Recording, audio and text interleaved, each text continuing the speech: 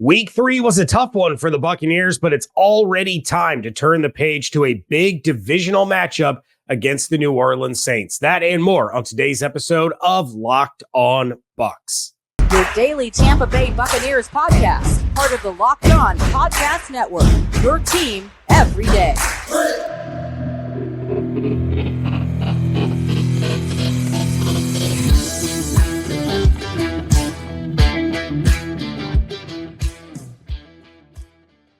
What's up, and welcome into this WTSP Wednesday edition of the Locked On Bucs podcast, your daily podcast covering the Tampa Bay Buccaneers, part of the Locked On Podcast Network, your team every day. We want to thank you for making Locked On Bucs your first listener review every single day. Don't forget you can subscribe or follow for free on YouTube or wherever you get your podcasts. And of course, you can follow on Twitter. I am James Yarcho at JYarcho_Bucs. He is Evan Klosky at EKlosky WTSP. We cover your Tampa Bay Buccaneers I cover them for SB Nation's BucsNation.com. He covers them for 10 Tampa Bay and 10TampaBay.com. And we are here with you every Monday through Friday, along with our everydayers. And as always, we want to share our continued appreciation for your support of the show. Evan, it was a rough night against the Eagles. Not great, boss. They basically got beat in every facet of the game. They got beat on offense. They got beat on defense. They got beat in special teams, but it was by a much, much better football team. What was your biggest takeaway from all that transpired Monday night? I mean, let me just say these stats for a second, right? The Eagles had the ball for nearly 39 minutes of the game compared to 21 for the Buccaneers. The Eagles had 27 first downs compared to 12 for Tampa Bay. The Eagles were 10 of 16 on third down. Tampa Bay 5 of 10. It's actually not that bad. Total net yards, 472 for the Eagles, 174 for the Buccaneers. The Eagles ran more than 30 plays than the Buccaneers. Buccaneers 44, Philly 78. The rushing yards, 201 for Philly, 41 for the Buccaneers. And honestly, there weren't that many penalties, and both teams broke even on turnovers, going 2-2. So that's what the paper tells us, right? And that's kind of the feeling of the game.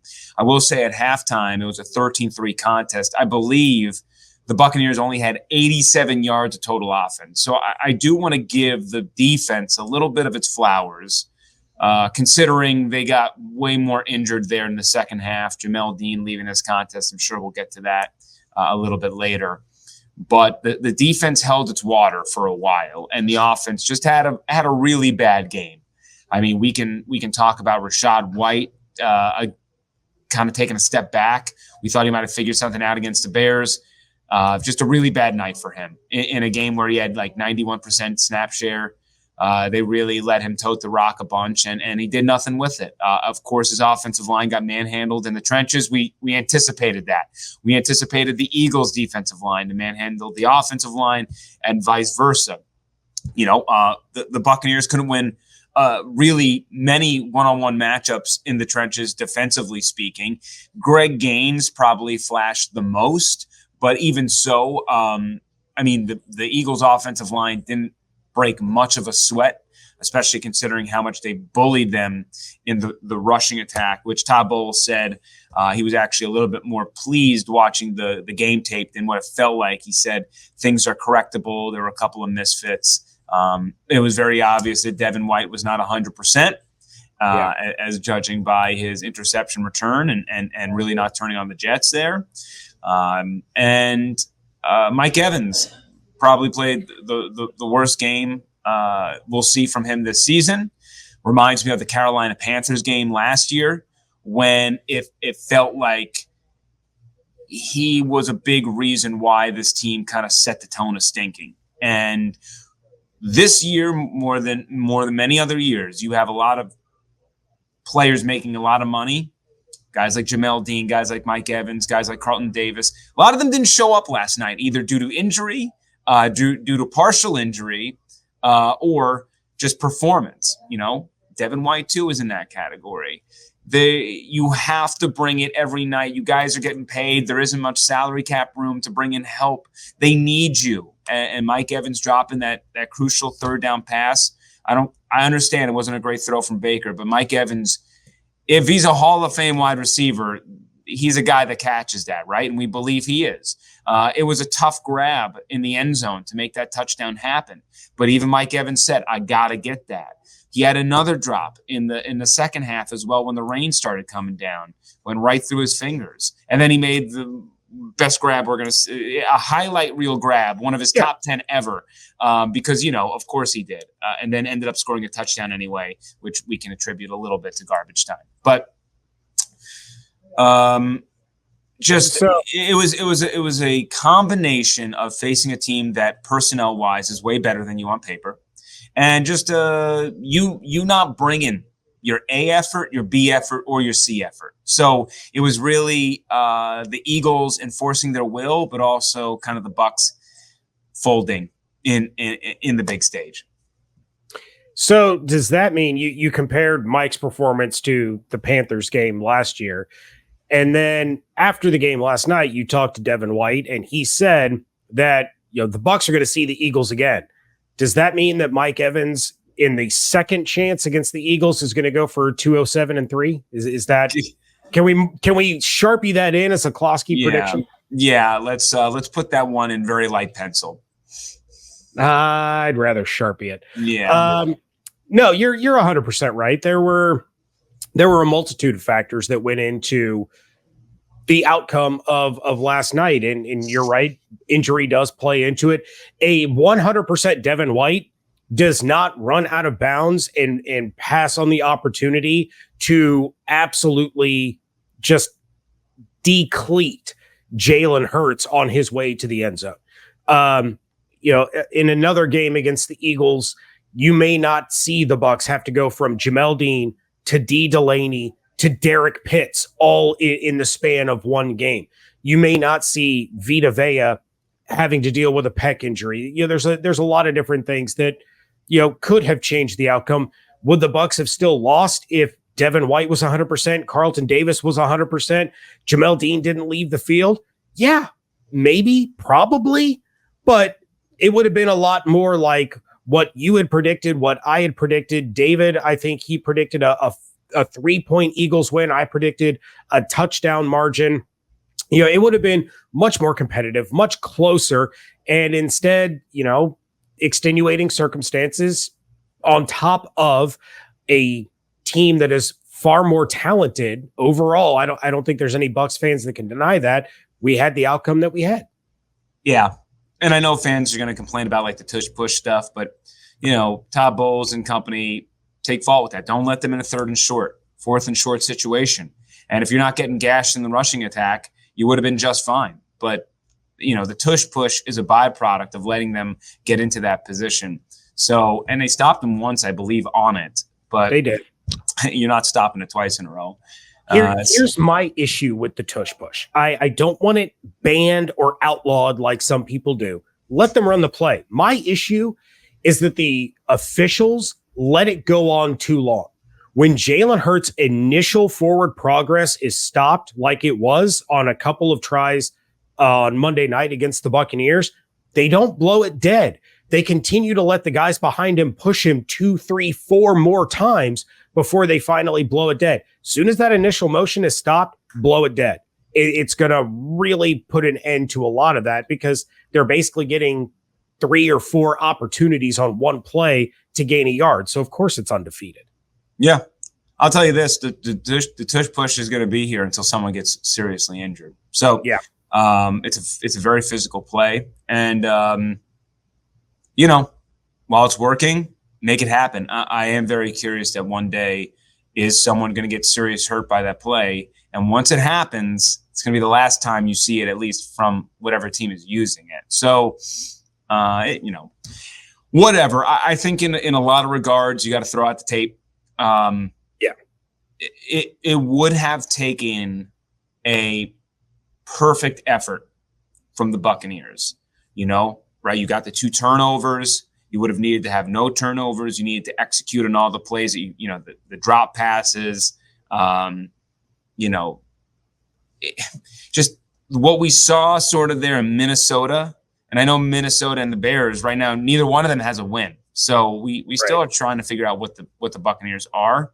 But at least in Minnesota, things weren't great, but the defense held up and you weren't making mistakes and you were keeping possession and you were moving the ball, even in situations where you weren't scoring points after you got out of that first half lull, the first handful of drives there. But we're now back to what I said in the preseason, which is this team is very good. And on paper, it's hard for me to imagine they're going to suck. And I still have a tough time believing they're going to suck. But when injuries happen, problems will begin. Well, the Buccaneers are still in the same spot that they were headed into week 3, and that is tied for first in the NFC South. We turn the page to the game against those New Orleans Saints. That is next on Locked On Bucs, part of the Locked On Podcast Network, your team every day. Our partners at eBay Motors have teamed up with Locked On Fantasy Football host Vinny Iyer to bring you some of the best fantasy picks each week, all season long. Whether you're prepping for a daily draft or scouting the waiver wire, every week we are going to provide you players that are guaranteed to fit on your roster. So let's see who Vinny picked out for us in this week's eBay's Guaranteed Fit Fantasy Pick of the Week. Jaguars wide receiver Calvin Ridley has the classic rebound and revenge opportunity in London in the Week 4 Sunday matchup against his former team, the Atlanta Falcons. Ridley has been very quiet with Jacksonville's passing game slumping the past 2 weeks, but he will return more to his stellar Week 1 debut form for his new team. The Jaguars will do a better job of scheming him open across the pond and making his massive target volume for Trevor Lawrence count big time again. Vinny Iyer from Locked On Fantasy Football is going to help you win your fantasy championship, and eBay Motors knows a championship team is about each player being a perfect fit. Same with your vehicle. With over 122 million parts for your number one ride or die, you can make sure your ride stays running smoothly. Brake kits, LED headlights, roof rack, bumpers, whatever your baby needs, eBay Motors has it. And with eBay Guaranteed Fit, it's guaranteed to fit your ride the first time, every time, or your money back. Plus, at these prices, you're burning rubber, not cash. Keep your ride or die alive at ebaymotors.com. eBay Guaranteed Fit, only available to U.S. customers. Eligible items only. Exclusions apply. Thank you again for making Locked On Bucs your first listener view every single day. Every dayers, be sure to come back tomorrow as I will be joined by everyone's favorite rival host, Ross Jackson of Locked On Saints.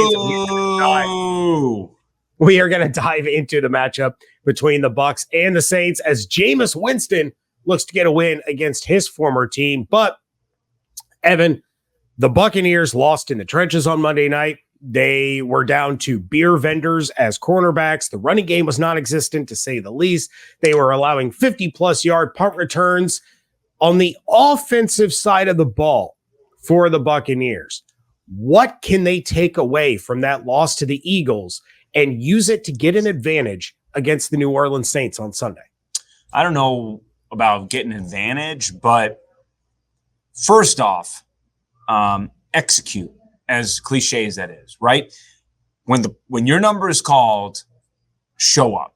And that means for Evans, catch the ball. Rachaad White, like you have to hit your holes. I think we got to go back to basics with Rachaad White. And I remember having this conversation with you, James, right? Like I love Rachaad White long term, but there was no evidence to prove that he's an RB1 and he's going through some learning curves right now. I think we got to go back to the foundational stuff. Hey, Rachaad, when you see a hole, hit it. I want you just to go and attack that hole. And you might get 1 yard, 0 yards, 2 yards. I do not care. But let me tell you this, you being a jitterbug, that's not going to work either. And I think that Rachaad mentioned this and also Todd mentioned this after the game, just trying to make a play, just trying to do too much. That's exactly what happened also on the Jalen Carter fumble. He kind of did this little spin move, and there was Carter just to pop it out. And that spin move would have resulted in what? Another 1-2 yards. know your situation, know what you're working with here. And I think it's just another kind of like Rashad had that bad game in Minnesota. Then he came back, did a really good job against Chicago, and then it was the big stage. And I felt like he went right back into some bad habits. He's still kind of learning the zone blocking scheme and which holes to attack. I just don't know how much of a feel he has for running right now in this system. So I think you got to simplify it even more. Here's the whole attack it, done and done. And I think with Canales, it was really the first time that he was figured out a bit. I think part of those numbers, again, have to deal with some bad throws, bad drops, bad O-line play in the rushing game. But another part of that was not quite having the quick enough answers. So I'm very intrigued to see what he's going to say on Thursday about his performance. But, you don't have to reinvent the wheel. I think the offense just needs to regroup, collect itself, and challenge themselves to be better, because the Saints, I know they got over the hump last year, the Buccaneers going to New Orleans and winning that game, but they are a team that they always have a tough time with. And it was ridiculous that they won that Monday Night Football game against them last year as well. Probably didn't deserve that, but Tom Brady can do some things. And, at least looks like the Buccaneers will play will play Jameis Winston again, somebody that they turned over 5 times last year. Or I think he had 4 interceptions. They had a fumble somewhere else, but it was 5 total turnovers. So, sometimes there are grandiose takeaways. Sometimes it's like, you see this effort, we got to be better.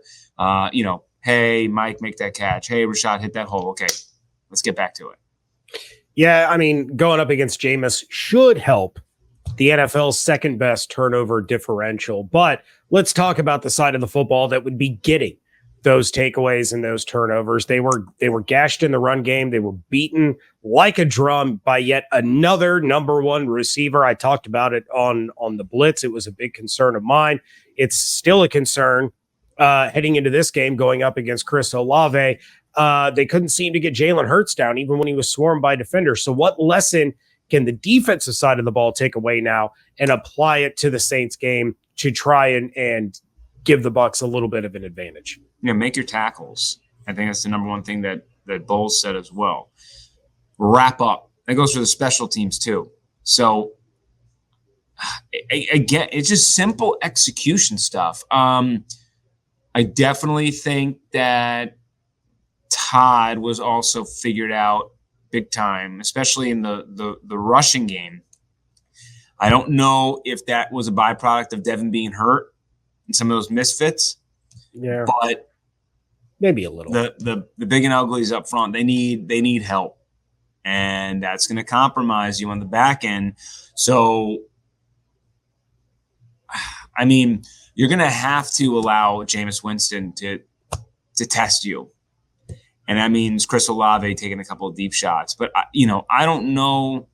The biggest takeaway I would tell the defense is it was a 13-point, they scored 13 points in that first half. You only gave up 22. You only gave up 25. And, 12. You gave up 13 and 12. So not the worst effort in what was a terrible game. I just don't know what you can really bring over, considering the injury issues that spelled this team, considering the statistics. Like, the best part about this tape is that you're going to learn a lot from it. There's a lot to fix. So, but there's nothing that, I don't know how much good is to be extracted. There are some good plays which you can circle and say, hey, it wasn't that bad.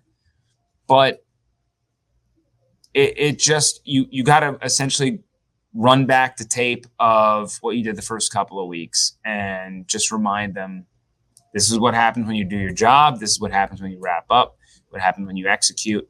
And, you got to tighten the screws. You got to tighten the screws on third down. You got to tighten the screws on getting to the quarterback and figuring out how to get pressure. And you cannot allow, as Bo said, these 5-yard hitches, these little slants to go from 5 yards to 25 yards. That cannot happen. So make them earn it. If they're going to go down the field on you, make them earn it. Don't make it easy on them. Real quick, week 1, Jefferson, 150 yards. Week 2, DJ Moore, over 100 yards. Week 3, A.J. Brown, over 140 yards. Chris Olave, over under 99.5 yards on Sunday. Over. I got to go over right now. If there's no Davis, there's no Dean. And you got a gunslinger there in Jameis Winston. He's going to eat. He is. I don't know how you prevent that. Like Antoine Winfield Jr. And we'll get to him. He's going to have to do so much in this game. Yeah, it's definitely going to be an interesting one. But the weekly predictions are here. Evan Klosky is going to pull out that crystal ball and tell everyone how the game is going to shake out on Sunday. Who's going to be his player of the game? Who wins the game? That is coming up in just a moment here on Locked On Bucs. Everyone should be empowered to care for themselves and their loved ones during the unexpected. That's why Jace Medical offers the Jace Case. The Jace Case provides 5 life-saving antibiotics for emergency use and gives you peace of mind so that you are not just hoping that you have access to medication in an emergency. Jace Medical makes sure that you have the medication in hand, just like this. Jace Case in hand. And Jace Medical is really simple. They handle everything from the online evaluation to licensed pharmacy medication delivery and ongoing consultation and care. Don't get caught unprepared. Save more than $360 by getting these life-saving antibiotics with Jace Medical, plus an additional $20 off by using code LOCKEDON at checkout on jacemedical.com. That's JASE medical.com, promo code LOCKEDON.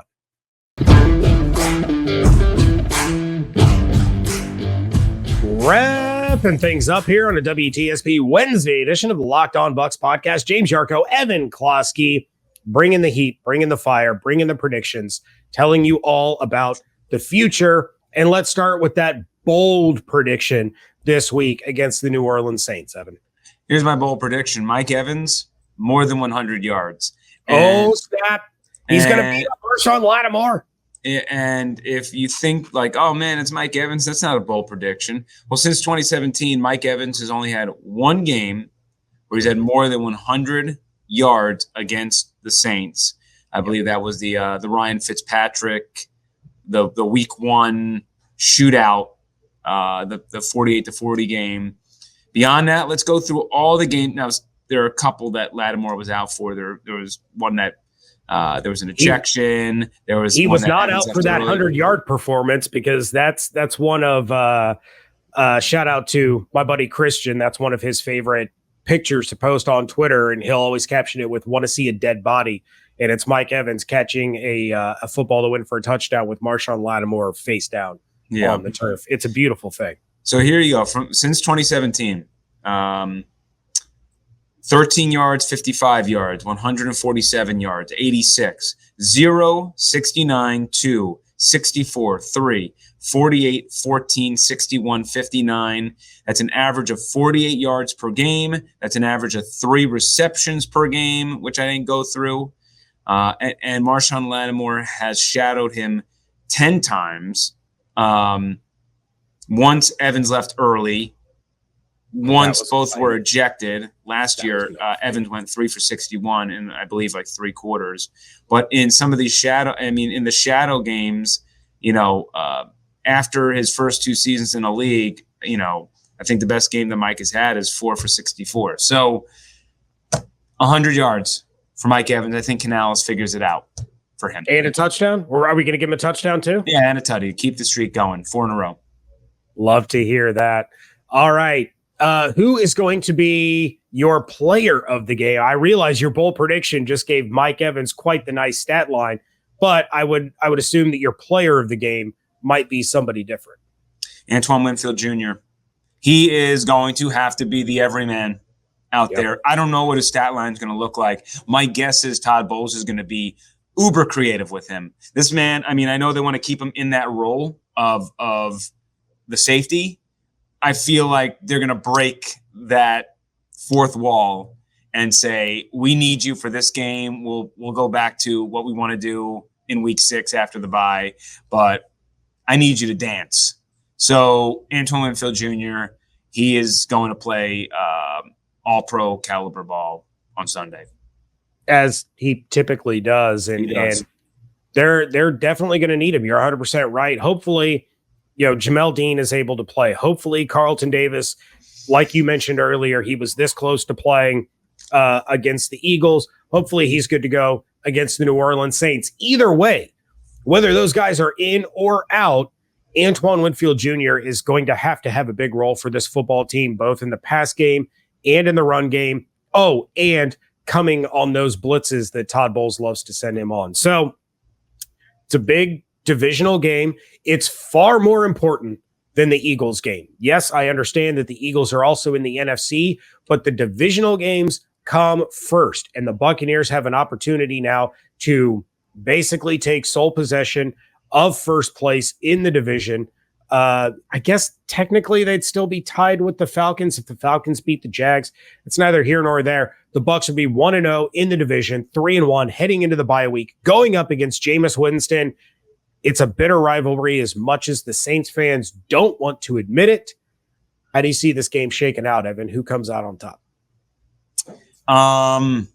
Don't you dare say it. I'm going Saints. Dare say it. Injury report can change my mind later in the week, so I'm going to add that asterisk. But as of right now, I'm going 2017 Saints. Hard-fought battle. Going back a handful of years, you want to know how many first halves or how many points the Bucs have scored in first halves? Let me give that to you very quickly here. 3-3-0-7-13. That was the playoff win. 0-7-7.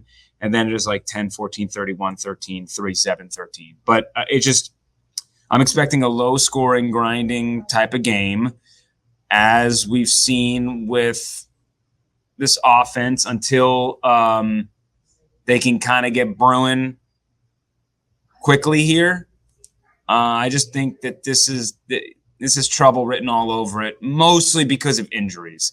And their history against the Saints is just not favorable. So, yeah, maybe the injury report changes my mind, but my gut is just going to be that defense is going to be a little too stingy for the Buccaneers offense. And unless they create a multitude of turnovers defensively, which I don't know if they're going to have the horses to do that, no pun intended for Devin White, then I just don't know. Even with Jameis Winston at quarterback, remember Alvin Kamara does return for the team this week.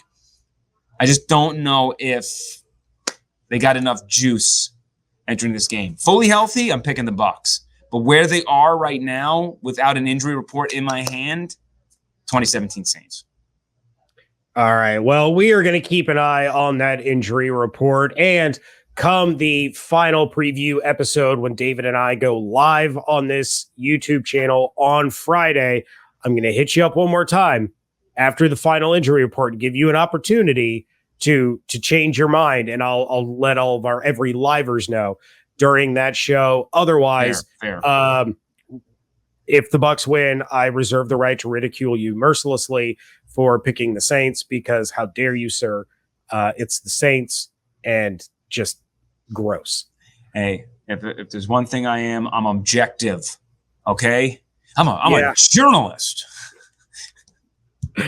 I picked the Eagles to win last week. Don't give me that. I know it's one of the maybe the 3 times you pick them to lose all year. No, there'll be more than that. Preseason I picked him to split with the Saints. Jameis being in is what has me questioning. I originally picked the Bucs to lose in New Orleans. Jameis being in is making me reevaluate, but I'm with you. Lots of questions about the injury front. I do want to see that injury report. To me, in my opinion, get healthy, go into week 6, and I love this team. When healthy, I'm riding for this team. But when we dig into depth, I don't know what to tell you. It's just there's not much behind. There's not, and it's because of the salary cap issues. They don't have enough to bring in. So, and one of these later podcasts we'll talk about how the Dave Canales doesn't really have the personnel he wants either. The tight end situation outside of Kate Otten, who I really like, Ko Kieft, David Wells. It's just they ain't gonna do it. Going in 13 personnel is like an L out of the gate. Like, I know you want to do it and you want to be persistent, but I mean, you're just making it too easy on the other team. So yeah, goodness gracious, make Payne Durham a game day active. Give him a shot. The fact that he's not, I think, is telling. So, well, I have the feeling that coming up on tomorrow's Crossover Thursday episode, Ross Jackson is going to goat me into picking the Bucs to win, regardless of what the injury is. There could be a report that Devin White had his leg amputated in the morning, and I'll still pick the Bucs to win because Ross Jackson is going to goat me into it, and I'm here for it. And if you guys want to hear an electric Crossover Thursday episode, make sure that you are coming back tomorrow. In the meantime, make sure you are checking out everything that Evan is doing on 10 Tampa Bay and at 10tampabay.com. Check out my work over at bucksnation.com. Join the both of us on the Blitz on Sunday mornings pregame before the show. And of course, follow on Twitter at Locked On Bucs, at JYarcho_Bucs, and at eCloskey WTSP. Hope you all have an absolutely outstanding day. Stay safe, stay healthy, fire the cannons. Thank you so much for joining us right here on Locked On Bucs, part of the Locked On Podcast Network, your team every day.